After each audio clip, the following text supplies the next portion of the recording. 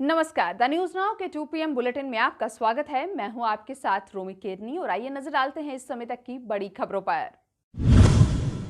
भारत चीन सीमा पर एक बार फिर तनाव की स्थिति पैदा होने के बाद सेना प्रमुख जनरल मनोज मुकुंद नरवणे वास्तविक नियंत्रण रेखा पर चल रही सुरक्षा स्थिति की समीक्षा करने के लिए आज सुबह लद्दाख पहुंचे।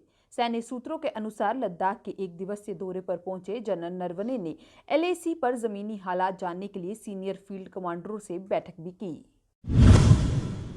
उपराज्यपाल मनोज सिन्हा ने बुधवार को घोर आतंकवाद प्रभावित दक्षिण कश्मीर के पुलवामा जिले का दौरा कर विकास कार्यों की समीक्षा की। इस दौरान उन्होंने 40.86 करोड़ रुपए की विकास परियोजनाओं का उद्घाटन किया और 13.47 करोड़ रुपए की लागत वाली 7 विकास परियोजनाओं की आधारशिला रखी। मौके पर मौजूद अधिकारियों से उन्होंने कहा कि जनता से जुड़े विकास कार्य समय सीमा के अंदर पूरे कर लिए जाएं। परंपरा को तोड़ते हुए जनता में विश्वास जताते हुए उपराज्यपाल हेलीकॉप्टर की बजाय सड़क मार्ग से यहां पहुंचे।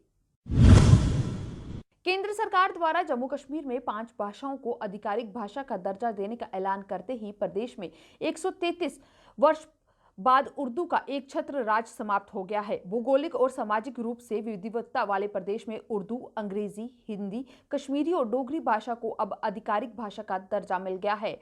डोगरा शासक महाराजा प्रताप सिंह ने शासनकाल में उर्दू को जम्मू कश्मीर के आधिकारिक भाषा का दर्जा दिया गया था।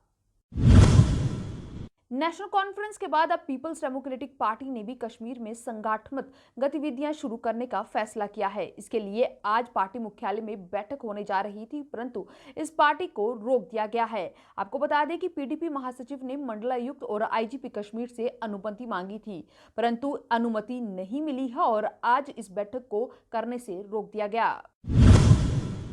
प्रधानमंत्री नरेंद्र मोदी की निजी वेबसाइट के ट्विटर अकाउंट को हैक कर लिया गया है। हैकर ने corona virus relief end fund के लिए दान में बिटकॉइन की मांग की है। हालांकि तुरंत इन ट्वीट्स को डिलीट कर दिया गया। प्रधानमंत्री मोदी की पर्सनल वेबसाइट के ट्विटर अकाउंट पर हैकर ने लिखा, मैं आप लोगों से अपील करता हूं कि कोविड-19 के लिए बनाए गए प्रधानमंत्री नरेंद्र मोदी रिलीफ फंड में दान करें। भारत में कोविड-19 के मामले 38.5 लाख के आंकड़े को पार कर चुके हैं। गुरुवार को कोरोना संक्रमण के मामलों में अब तक का सबसे बड़ा उछाल देखने को मिला। गुरुवार को एक दिन में 83,883 नए मामले सामने आए।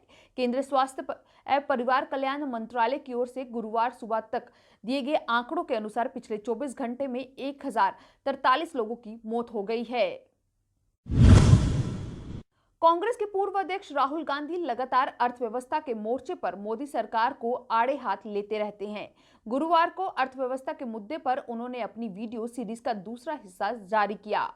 इसमें उन्होंने केंद्र सरकार को नोटबंदी के मुद्दे पर घेरा और इसमें गरीबों के खिलाफ लिया गया फैसला करार दिया। राहुल ने कहा कि नोटबंदी से केवल अमीरों को फायदा मिला है।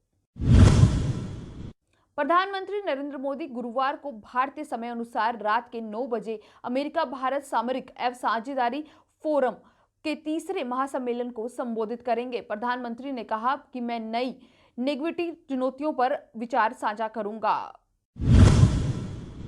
सुप्रीम कोर्ट गुरुवार यानी आज लॉकडाउन के दौरान भारतीय रिजर्व बैंक की तरफ से दिए गए लोन मेट्रोनिंग के आगे बढ़ाने की बजाय और ब्याज में छूट देने की याचिकाओं पर सुनवाई करेगा। इस मामले में बुधवार को बहस पूरी नहीं हुई थी। लोन मेट्रोनिंग का मतलब होता है कि कर्ज की किस्त में कुछ महीनों के लिए टालने की सुविधा। कोरोना की स्थिति और लॉकडाउन को देखते हुए मार्च से पहले ये सुविधा 3 महीने के लिए दी गई थी और इसे बाद और 3 महीने के लिए बढ़ा दिया गया था।